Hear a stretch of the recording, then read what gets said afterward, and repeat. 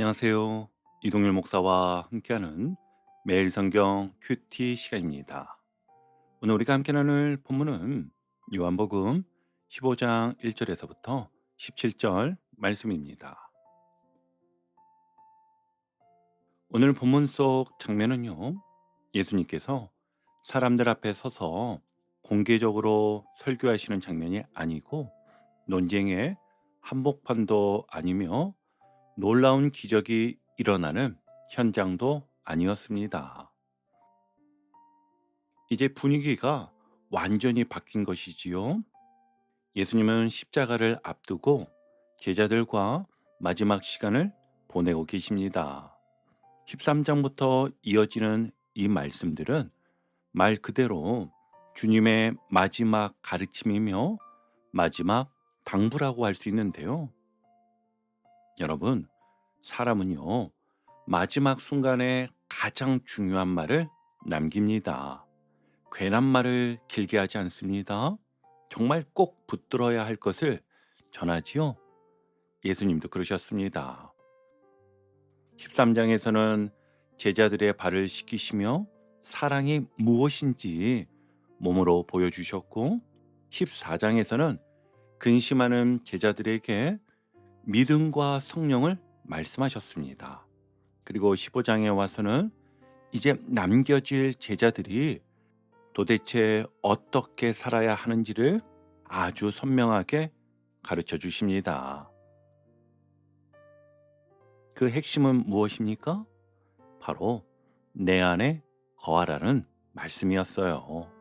그리고 그 거함이 결국 사랑의 열매로 드러난다고 하셨습니다. 오늘 우리는 신앙생활을 하면서 자꾸 열매부터 만들려고 할 때가 많습니다. 좋은 성도가 되어야지, 말을 잘해야지, 봉사를 잘해야지, 기도를 더 잘해야지, 가정에서도 믿음 좋은 남편, 아내, 부모가 되어야지 이렇게 생각하는데요. 물론 다 소중한 일입니다. 그런데 예수님은 오늘 그보다 먼저 더 근본적인 질문을 던지십니다. 너는 지금 누구에게 붙어 있느냐?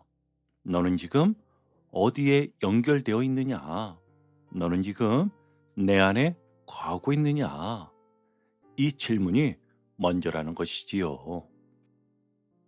왜냐하면 예수님이 없는 열심은요, 겉으로는 분주할 수 있어도 결국 오래 지속되는 열매를 맺지 못하기 때문입니다. 여러분 회사에서도 그렇지 않습니까? 겉으로는 열심히 일하는데 방향이 틀어지면 결국 결과가 남지 않습니다. 가정에서도 그렇습니다. 서로를 위해 애쓴다고 하지만 사랑이 연결이 약해지면 같은 공간에 있어도 점점 멀어지잖아요. 심지어 교회도 그렇습니다. 봉사는 많은데 주님과의 연결이 약해지면 기쁨보다 피로가 먼저 오고 감사보다 서운함이 먼저 올라오게 됩니다. 그래서 오늘 예수님은요, 열매를 강요하시기보다 먼저 거함을 말씀하십니다. 왜냐하면 거함이 없으면 열매는 잠깐 흉내낼 수는 있어도 결코 맺을 수 없기 때문입니다. 그러니 오늘 말씀을 나누면서 이 질문을 마음에 품고 함께 가면 좋겠습니다. 나는 지금 예수님께 붙어 있는가? 내 신앙생활은 활동만 많은가? 아니면 생명이 흐르고 있는가? 나는 지금 열매를 만들려고 애쓰는 사람인가? 아니면 주님 안에 거하는 사람인가? 이 질문을 가지고 이제 본문 속으로 함께 들어가 보겠습니다. 예수님은 오늘 아주 인상적인 말씀으로 시작하십니다. 우리 1절 함께 볼게요. 나는 참 포도나무요, 내 아버지는 농부라. 아멘. 여러분, 이 말씀은 단순히 아름다운 비유가 아닙니다. 그 시대를 살던 제자들에게는 굉장히 강한 선언으로 다가왔을 거예요. 왜냐하면 구약에서 이스라엘은 자주 포도나무로 비유되었기 때문입니다. 하나님께서 심으시고 돌보신 백성, 하나님께 열매를 맺어야 할 백성이라는 뜻이지요. 그런데 문제는 그 포도나무가 하나님이 기대하신 열매를 제대로 맺지 못했다는 데 있습니다. 모양은 있는데 열매가 없고, 부름은 받았는데 사명은 잃어버린 상태였습니다. 바로 그 자리에 예수님이 오셔서 말씀하십니다. 나는 참 포도나무요. 아멘. 이 말씀은요, 진짜 생명은 내게 있다. 하나님이 원하시는 참된 열매는 나를 통해서만 맺힌다. 이 뜻이었지요. 다시 말해, 이스라엘이라는 민족적 틀이나 종교적 모양이나 겉으로 보이는 경건만으로는 하나님이 원하시는 열매가 나올 수 없고, 오직 예수님과 연결되어야 참된 열매가 나온다는 말씀이었어요. 그리고 예수님은 하나님을 농부라고 표현하십니다. 농부는요, 단순히 지켜보는 사람이 아니잖아요. 심고 돌보고 살피고 만지고 가지치기 하고 열매를 기다리는 사람입니다. 즉, 하나님은 멀리 계셔서 결과만 보시는 분이 아니라 우리의 삶을 아주 세밀하게 돌보시는 분이란 뜻입니다. 과실수를 보면 어떤 가지는 열매를 맺지 못하고 어떤 가지는 열매를 맺습니다. 농부는요, 그것을 그냥 내버려 두지 않습니다. 열매를 맺는 가지는 더 열매를 맺게 하고, 열매 없는 가지는 잘라서 정리를 합니다. 이 장면을 보면 하나님은요, 우리의 겉모습보다 열매를 중요하게 여기신다는 사실을 알 수 있습니다. 여러분, 포도나무는요, 보기에 좋은 나무가 아닙니다. 목재로도 거의 쓸모가 없습니다. 포도나무의 존재 이유는 단 하나, 열매에 있습니다.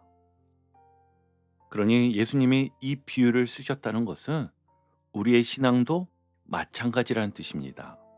신앙은 보기 좋게 꾸미는 것이 목적이 아니라 열매 맺는 것이 목적이라는 것이지요. 여기서 정말 중요한 말씀이 이어집니다. 우리 4절 한번 볼게요. 내 안에 거하라. 나도 너희 안에 거하리라. 가지가 포도나무에 붙어 있지 아니하면 스스로 열매를 맺을 수 없음같이 너희도 내 안에 있지 아니하면 그러하리라. 아멘. 여러분, 이 말씀은 너무 단순해서 오히려 우리가 놓치기 쉬운 말씀인데요. 가지는 가지 혼자 열매를 만들 수 없습니다. 가지가 할 수 있는 일은 포도나무에 붙어 있는 것 뿐입니다. 그런데 우리는 자꾸 가지를 다르게 생각합니다. 내가 더 열심히 해야지, 내가 더 잘해야지, 내가 더 괜찮은 사람이 되어야지. 물론 필요합니다. 하지만 오늘 예수님은요, 그보다 먼저 붙어 있으라, 거하라, 이것을 말씀하십니다. 왜입니까? 열매는 가지의 노력으로 만들어지는 것이 아니라 포도나무의 생명이 가지를 통해 흘러나올 때 맺히기 때문이지요. 그래서 예수님은 아주 강하게 말씀하십니다. 나를 떠나서는 너희가 아무것도 할 수 없음이라. 아멘. 오해하시면 안 됩니다. 이 말씀은요, 세상 일을 아무것도 못한다는 뜻이 아닙니다. 사람은요, 예수님 없이도 직장 생활도 하고 사업도 하고 공부도 하고 돈도 벌고 봉사 비슷한 것도 다 할 수 있습니다. 하지만 예수님이 말씀하시는 바는 하나님이 기뻐하시는 영원한 열매에, 생명에서 나오는 열매는 주님을 떠나서는 결코 맺을 수 없다는 뜻입니다. 하나 더 우리가 기억할 것은 여기서 거한다는 말은 가만히 멈춰 있다는 뜻이 아니라 살아있는 관계 안에 머문다는 뜻입니다.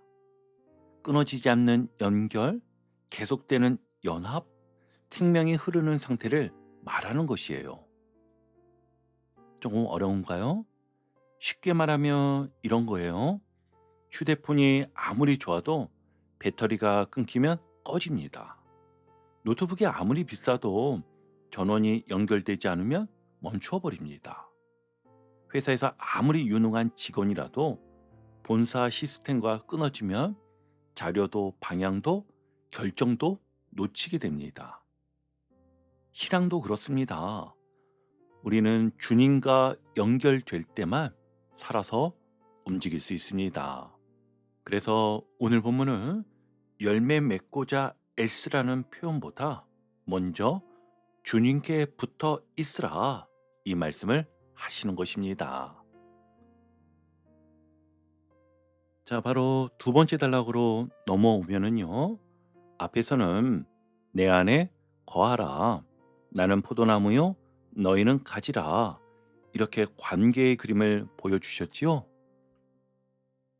그런데 여기서 예수님은 이제 한 걸음 더 들어가십니다. 우리 9절과 10절입니다. 아버지께서 나를 사랑하신 것 같이 나도 너희를 사랑하였으니 나의 사랑 안에 거하라. 그리고 이어서 내가 아버지의 계명을 지켜 그의 사랑 안에 거하는 것 같이 너희도 내 계명을 지키면 내 사랑 안에 거하리라. 아멘. 여러분, 이 말씀은 정말 중요합니다. 왜냐하면 우리가 주님 안에 거한다는 말을 들으면 우린 종종 따뜻한 감정, 은혜로운 분위기, 마음의 평안 정도로만 생각할 수 있기 때문이에요. 그런데 예수님은 거함을 그렇게 막연하게 두지 않으십니다. 주님 안에 거하는 것은 주님의 사랑 안에 거하는 것이고, 주님의 사랑 안에 거하는 것은 주님의 계명을 지키는 삶으로 드러난다고 말씀하십니다. 그러니까 오늘 본문이 말하는 핵심은 이것입니다. 거함은 기분이 아니라 관계이고 그 관계는 순종으로 드러난다. 다시 한번요. 거함은 기분이 아니라 관계이고 그 관계는 순종으로 드러난다. 이게 오늘 예수님이 지금 말씀하시는 아주 중요한 포인트입니다. 예수님 자신도 아버지의 사랑 안에 어떻게 거하셨습니까? 아버지의 계명을 지키심으로 거하셨습니다. 여러분, 육신적인 사랑은요, 종종 말이나 표현으로 드러나고 감정적인 사랑은 느낌과 분위기로 나타날 때가 많습니다. 그러나 하나님과의 사랑은요, 단순한 말이나 감정에 머물지 않고 하나님의 말씀을 붙들고 순종하는 삶으로 증거된다고 하였지요. 그래서 지난 며칠 동안 본문을 보면 예수님은 계속해서 나를 사랑하면 내 계명을 지키라. 이 말씀을 반복하여 강조하신 것입니다. 그런데 이를 가만히 생각해 보면 여러분, 가정에서도 그렇지 않습니까? 부모와 자녀 사이에도 엄마, 아빠, 사랑해요 라고 말하면서 전혀 듣지 않고 전혀 따르지 않는다면 그 사랑은 공허하게 들릴 수밖에 없잖아요. 또 부부 사이에도 마찬가지입니다. 사랑한다고 말은 하는데 상대의 마음은 전혀 헤아리지 않고 늘 자기 방식만 고집한다면 그 사랑은 점점 힘을 잃어가겠지요. 신앙도 똑같습니다. 주님 사랑합니다 라고 고백하면서도 주님이 원하시는 방향에는 전혀 귀를 기울이지 않는다면 그 사랑은요, 내 감정 속의 고백일 뿐 삶 속의 거함이 되지를 못합니다. 그래서 예수님은 내 사랑 안에 거하라 하신 뒤에 반드시 내 계명을 지키면이라고 말씀하시는 것입니다. 그러면 여기서 우리 마음에 또 하나의 질문이 올라옵니다. 순종하는 삶은 너무 무겁고 답답한 삶 아닐까요? 예수님은 그 질문에 대한 대답도 곧바로 주십니다.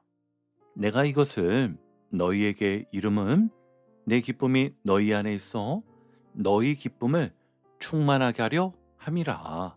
아멘. 여러분, 이 말씀 정말 놀랍지 않습니까? 예수님은 순종을 말하시면서 기쁨을 함께 말씀하십니다. 우리는 보통 이렇게 생각하지요. 순종은 불편한 것이고 내 뜻을 내려놓는 것이며 참아야 하는 것이고 그래서 어느 정도 답답한 것이라고 생각합니다.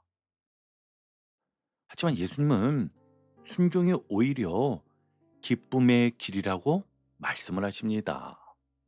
왜 그럴까요?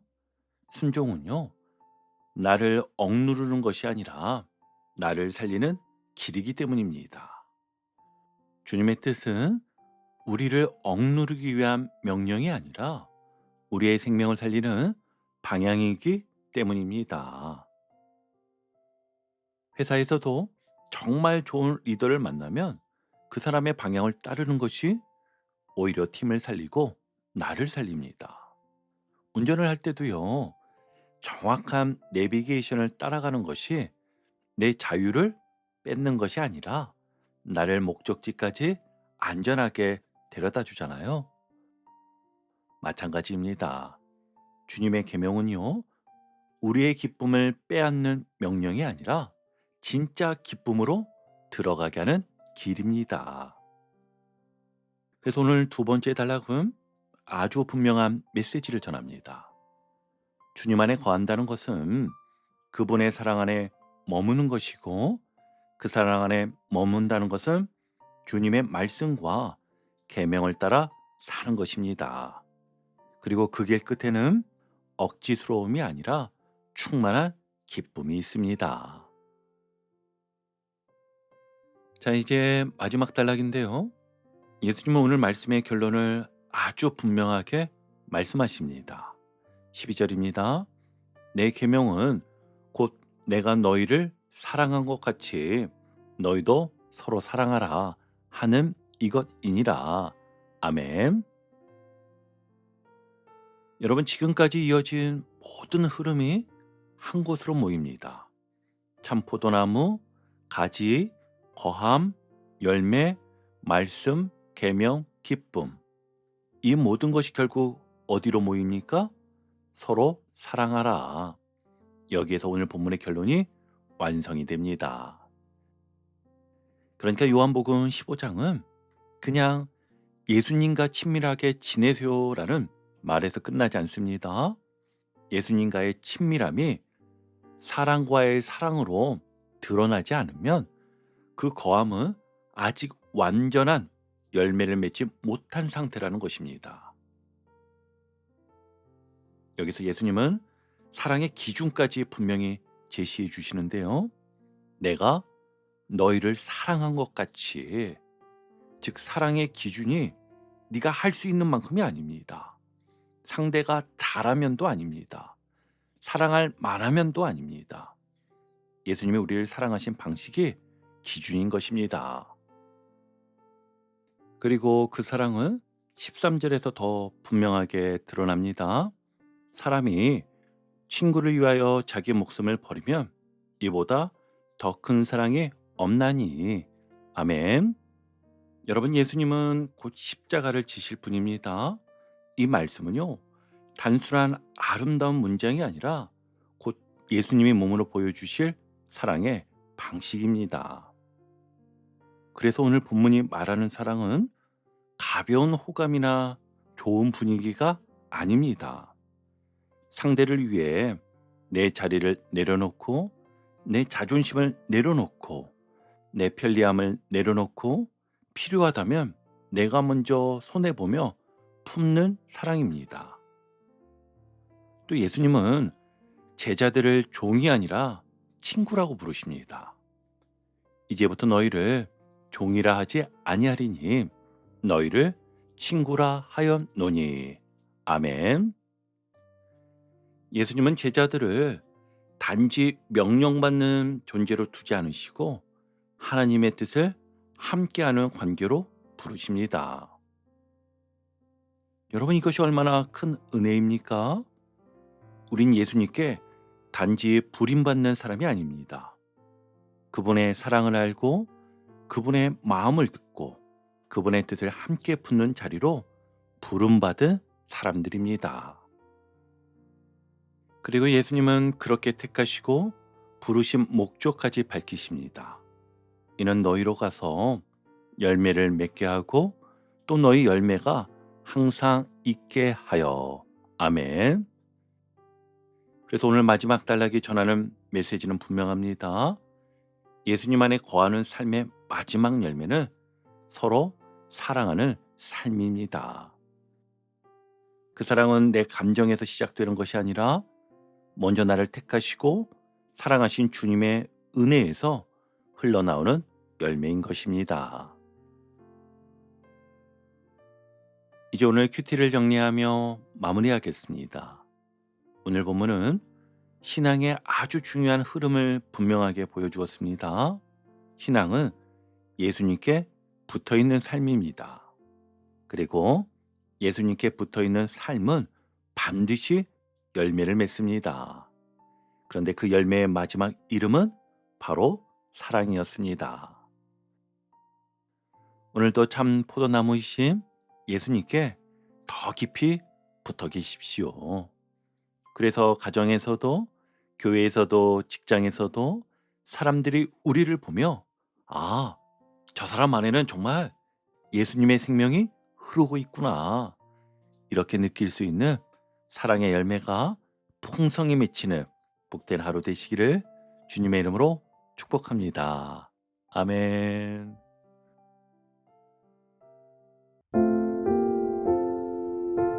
오늘도 복음의 기쁨과 확신으로 승리하는 하루 되시길 축복합니다. 함께 해주셔서 감사합니다. 내일 큐티 시간에 다시 뵙겠습니다.